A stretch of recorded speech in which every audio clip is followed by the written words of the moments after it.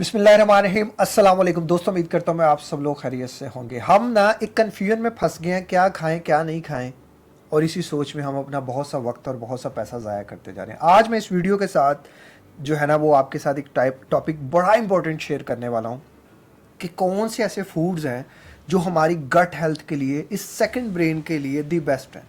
95% बनाने वाली सेरोटोनिन बनाने वाली जो फैक्ट्री है, जो हमारे मूड को एलिवेट कर सकती है, हमारे मूड को अच्छा बुरा सब कर सकती है, इसके लिए क्या अच्छा है क्या नहीं है मैं कोशिश करूँगा।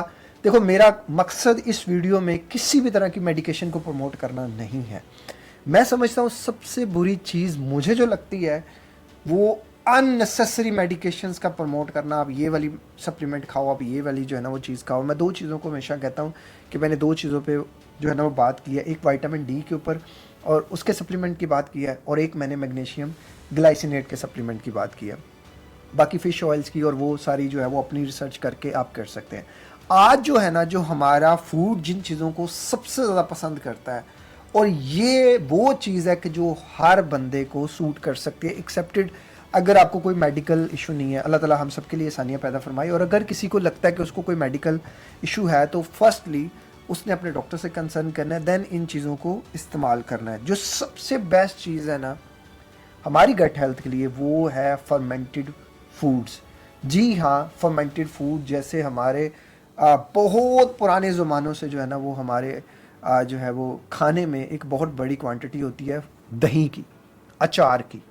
फर्मेंटेड फूड में दही, अचार, और इसको थोड़ा सा अगर आप एडवांस करते हो, जो लेटेस्ट स्टडीज़ हुई हैं उसमें फिर कीफ़र आ जाता है। फिर कीफ़र की भी एक हिस्ट्री है, फिर किमची आती है। ये वो चीज़ें हैं जो हमारी गट हेल्थ के लिए अच्छी हैं। फिर एल रूटेरी योगर्ट जो है ये पाकिस्तान में बहुत ज़्यादा डिस्कस हो रहा है, और इसके बहुत से बेनिफिट्स हैं, और ये आम दही से कई गुना जो है ना वो स्ट्रॉन्ग है। इसमें बहुत ज़्यादा जो है ना वो गुड बैक्टीरिया पाए जाते हैं जिन्हें प्रोबायोटिक्स कहा जाता है, और ये जो प्रोबायोटिक्स हैं ये हमारी गट हेल्थ के लिए बहुत ज़्यादा अच्छे होते हैं। अब प्रोबायोटिक्स जो होते हैं ना, ये माइक्रो ऑर्गेनिजम्स होते हैं। ये क्या करते हैं, ये हमारे लिविंग माइक्रो ऑर्गेनिजम्स होते हैं। ये हमारे अंदर जाके हमारी सेहत को बेहतर करते हैं। अगर ये सेहतमंद है तो हम सेहतमंद हैं। अब प्रोबायोटिक्स को सेहतमंद बनाने के लिए एक चीज़ चाहिए जिसे कहते हैं प्रीबायोटिक्स। और प्रीबायोटिक्स जो होते हैं ये नॉन डाइजेस्टेबल होते हैं, ये मतलब डाइजेस्ट नहीं होते, ये सिर्फ बैक्टीरिया की ग्रोथ के लिए और उनकी एक्टिविटी के लिए इस्तेमाल होते हैं। इसमें कॉमन लफ्ज़ जो आपने बहुत ज़्यादा सुना वो है इनोलिन। इनोलिन के ऊपर मैं बहुत सी बात कर चुका हूँ कि जब एल ड्यूटेरी का योगर्ट भी हम बना रहे थे तो तब भी हमने इनोलिन का इस्तेमाल किया था। बाकी फ्रुक्टेन, ग्लैको ओब्लिगो सेक्राइड्स, GOS जिसे कहा जाता है, अनियन, गार्लिक और ओट्स। अब ये जो हाई फाइबर फूड्स होते हैं ना, ये बैक्टीरिया की तादाद बढ़ाते हैं। अब हमारे खाने मोस्टली फाइबर से खाली होते हैं। अब मैं आपसे पूछूं कि हाई फाइबर डाइट क्या है, तो आप यही समझेंगे कि शायद बहुत ज़्यादा सलाद खाना। नहीं, बहुत ज़्यादा सलाद नहीं। मैं आपको बताता हूँ कि हाई फाइबर डाइट कौन सी है। आपने पहले ये समझना है कि आपको एक दिन में कितना फाइबर रिक्वायर्ड है, कि आपको क्या अपने फाइबर की क्वांटिटी को compete कर रहे हैं। फूड एंड डाइटरी एडमिनिस्ट्रेशन के अकॉर्डिंग जो एक बंदे को डेली वैल्यू ऑफ चाहिए फाइबर की, वो 28 ग्राम है। यूएसडीएज के मुताबिक, डाइटरी गाइडलाइन फॉर अमेरिकन्स के मुताबिक, अंडर वुमेन अगर 50 साल से नीचे है तो उसे 25 से लेकर 28 ग्राम पर डे चाहिए। अगर मैन 50 साल से नीचे है तो उसे 31 से लेकर 34 ग्राम तक जो है ना वो फाइबर रेगुलरली बेसिस पे चाहिए। अगर वुमेन 50 से ऊपर है तो उसे 22 ग्राम चाहिए, और अगर मैन जो है वो 51 से ऊपर है तो उसको 28 ग्राम चाहिए। अब जब हम ये पूरी डाइट का ये जो है ना वो टारगेट पूरा करते हैं ना, तो इससे हमारे बहुत से बेनिफिट्स होते हैं। जो लोग कॉन्स्टिपेशन की कंप्लेन करते हैं तो इसका बहुत बड़ा फैक्टर ये होता है उनका गट हेल्दी नहीं होता। क्यों? क्योंकि उनके डाइट के अंदर फाइबर नहीं होता। फाइबर बहुत ज़्यादा ज़रूरी है। ये आपके IBS को बेहतर करता है, ये आपके कोलेस्ट्रॉल लेवल को बेहतर करता है, आपके शुगर को बेहतर करता है, आपके ब्लड प्रेशर को बेहतर करता है, आपकी वेट मैनेजमेंट के लिए, वेट लॉस के लिए, risk of certain type of cancer, immunity को बेहतर करता है। और फाइबर जो है ना, जो हमारे अंदर के गुड बैक्टीरिया होते हैं उनकी तादाद को कई गुना ज़्यादा कर देता है। अब हमने क्या करना है कि अगर आप चाहते हैं ना कि आप फाइबर की एक क्वांटिटी को compete करें, तो मैं आपको सिंपल सी एक चीज़ बताता हूँ जिसमें मैं रेगुलरली बेसिस पे क्या करता हूँ, कोशिश करता हूँ कि 10 से 12 ग्राम फाइबर सुबह, 10 से 12 ग्राम फाइबर दोपहर को और 10 से 12 ग्राम फाइबर शाम को हो सके। उसके लिए बेहतरीन जो सोर्स है मैं जो इस्तेमाल करता हूँ, जो मेरा अपना है रात का, दिन से लेकर रात तक का, सुबह मैं नाश्ते में तलबीना, उसमें जो है वो एक एप्पल, ये जो एप्पल है, और साथ थोड़े से जो है वो जो कि तलबीना में बादाम भी होते हैं, थोड़े से मैं एक्स्ट्रा बादाम ले लेता हूँ। उसके बाद दोपहर के आप ओट्स भी ले सकते हैं नाश्ते में, वैसे तो तलबीना में ओट्स होते हैं। अब दोपहर के खाने में आप जो है वो चिया सीड्स ले सकते हैं। ये मैं खुद चिया सीड्स लेता हूँ। फ्लैक्स सीड ले सकते हैं आप खाने से पहले, फिर उसके बाद एक सलाद की क्वांटिटी ले सकते हैं। उसके बाद आप खाना खाएं, पहले चिया सीड्स, मैं चिया सीड्स खाता हूँ पहले, फिर उसके बाद सलाद खाता हूँ, फिर उसके बाद जो है ना वो खाना खाता हूँ।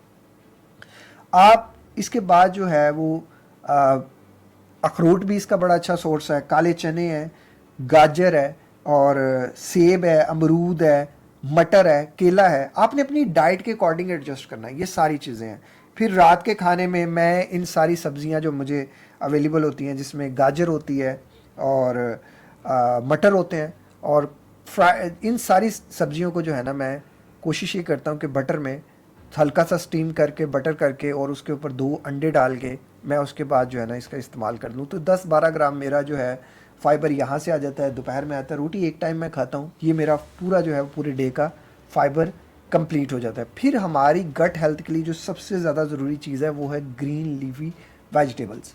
अब ग्रीन लीफी वेजिटेबल्स में जो बड़ी कॉमन सी है वो है पालक, खीरा, बंद गोभी, कद्दू शरीफ, सलाद पत्ता, ब्रोकली, सब्ज़ प्याज, जो प्याज जो सब्ज़ होता है ना, धनिया, पुदीना और चुकंदर के पत्ते। अब इसके बाद एक और चीज़ जो हमारे गट हेल्थ के लिए बहुत ज़्यादा अच्छी है, उसमें एक्स्ट्रा वर्जिन ऑयल आता है। इसमें हेल्थी फैट्स पाए जाते हैं, पॉलीफेनॉल्स पाए जाते हैं, जो कि हमारी गट हेल्थ के लिए बहुत ज़्यादा बेहतरीन है।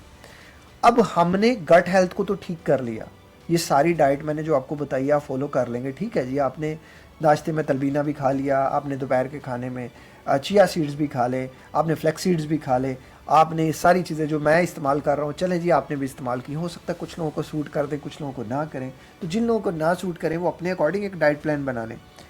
लेकिन ये सब के बावजूद भी ना कुछ चीज़ें आपने करनी है, वो ये है कि कुछ फूड्स को आपने अवॉइड करना है। अगर आप इन फूड्स को अवॉइड नहीं करते तो सर आपका गट कभी हेल्दी हो ही नहीं सकता। This is my personal experience, मैं अपने एक्सपीरियंस से बात कर रहा हूँ। जो नंबर 1 चीज़ है वो है शुगर। आपको अपनी ज़िंदगी से वाइट जो है ना टेबल शुगर निकालनी पड़ेगी। आप ये मान लो कि ये जो सफ़ेद शुगर है इसने हमारी ज़िंदगियों को बहुत ज़्यादा चेंज करके रख दिया, तबाह करके रख दिया। दूसरी चीज़, ये जो हमारे घरों में कॉमनली इस्तेमाल होता है आटा, गंदम का आटा, अब इसके ऊपर भी बड़ी रिसर्चेज हो चुकी हैं, और ये बहुत ज़्यादा जो है ना इसमें भी शुगर का कंटेंट होता है। इसका ग्लाइसेमिक इंडेक्स, ग्लाइसेमिक लोड, इसके ऊपर जो है ना वो मैं इंशाल्लाह डिटेल में बात कर दूंगा किसी वीडियो में। तो ये जो 3 टाइम लोग रोटी खाते हैं ना, तो ये भी गट हेल्थ के लिए ख़राब करती है। एक किताब है ग्रीन ब्रेन, उसमें डॉक्टर विलियम डेविस ने भी जो है ना वो इसके बारे में बात की है, कौन कौन सी ग्रेन्स जो है ना वो हमारे ब्रेन को डैमेज करती हैं, ख़राब करती हैं। तो कोशिश आप ये करें कि जैसे मैं एक दिन में 1 रोटी खाता हूँ, आप अपनी बॉडी के अकॉर्डिंग एडजस्ट करें कि बहुत ज़्यादा आटा खाना, बहुत ज़्यादा चावल खाना, बहुत ज़्यादा मीठा खाना, प्रोसेस्ड फूड खाना। अब कुछ लोग कहेंगे जी हमारे पास पैसे नहीं है, ये नहीं है, वो नहीं है। जितने आपके पास हैं अपनी अवेलेबिलिटी के अकॉर्डिंग अपने आप को मॉडिफाई करने की कोशिश करें। बाज़ारी खानों से बचें यार। जब से मैंने अपनी ज़िंदगी से बाज़ारी खाने निकाले हैं ना, ये जो है पिज़्ज़ा मैं बहुत खाता था, मैंने पिज़्ज़ा निकाल दिया। मुझे कोल्ड ड्रिंक्स बहुत पसंद थी, मैंने कोल्ड ड्रिंक्स निकाली। ये सारी चीज़ों ने मेरी एक जो फ्रिक्वेंसी ऑफ बीमार होना थी ना वो अल्हम्दुलिल्लाह बहुत ज़्यादा कम कर दी। तो जब आप इन चीज़ों का इस्तेमाल करेंगे तो आप ज़्यादा बीमार हो जाएंगे, आपको ज़्यादा मेडिकेशंस की ज़रूरत पड़ेगी, ज़्यादा एंटीबायोटिक्स की ज़रूरत पड़ेगी। और जितनी ज़्यादा आप एंटीबायोटिक्स खाएंगे उसके साथ साथ आप अच्छे बैक्टीरिया तो मारेंगे ही, साथ जो है ना वो बुरे बैक्टीरिया तो मारेंगे, साथ अच्छे बैक्टीरिया भी मर जाएंगे। ये सारी चीज़ें जो है ना ये आपके अंदर के गट को डिस्टर्ब करती हैं, गट बैक्टीरिया को डिस्टर्ब करती हैं। और एक कॉमन नाश्ता जो हमारे इधर होता है, मेरी वीडियोस के देखने के बाद भी लोग कर रहे हैं, चाय पराठा, चाय रस, नान चने, बाज़ारी जो है ना वो बेकरी आइटम्स, ये नाश्तों में बड़ी ज़्यादा कॉमनली इस्तेमाल हो रही हैं। अगर आप ये चीज़ें नहीं छोड़ेंगे देखो, किसी भी चीज़ को अडॉप्ट करना मुश्किल होता है, मैं समझ सकता हूँ। जो लोग चाय के शौकीन हैं, मैं यहाँ चाय की बात इसलिए करूँगा कि चाय बड़ी कॉमन है। मैं खुद चाय लवर हूँ यार। मैंने जब से एल रोटेरी योगर्ट का इस्तेमाल करना शुरू किया है, कीफ़र का इस्तेमाल करना शुरू किया है, मेरे गट बैक्टीरिया काफ़ी माशाल्लाह हेल्दी हेल्दी हुए हैं। तो मैं थोड़ी सी चाय ले लेता हूँ। थोड़ी सी चाय से मेरी बॉडी टॉलरेट कर रही है, नहीं तो थोड़ी सी भी मैं पीता था तो मेरे से वो नहीं होता था, टॉलरेंस लेवल वो नहीं था। अब थोड़ा सा हो रहा है। तो जो मैं थोड़ी सी चाय पीता हूँ ना, वो थोड़ी सी चाय का मैं फॉर्मूला आपको बताता हूँ। उसमें चीनी नहीं होती। सबसे पहले पानी बॉईल करके पानी में पत्ती डाली जाती है, फिर उसमें थोड़ा सा दूध डाला जाता है, बहुत ज़्यादा दूध नहीं, दूध पत्ती नहीं।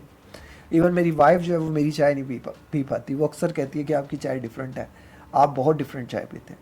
तो अगर कॉफ़ी की बात आप करते हैं तो कॉफ़ी ब्लैक कॉफ़ी होती है, दूध वाली कॉफ़ी नहीं होती। और 3 बजे के बाद आपने चाय नहीं पीनी, आपने कॉफ़ी नहीं पीनी, क्योंकि ये आपकी अलर्टनेस को, आपके फोकस को बहुत ज़्यादा बढ़ा देती है। आपकी ब्रेन को जो है ना वो ओवर एक्टिव कर देती है।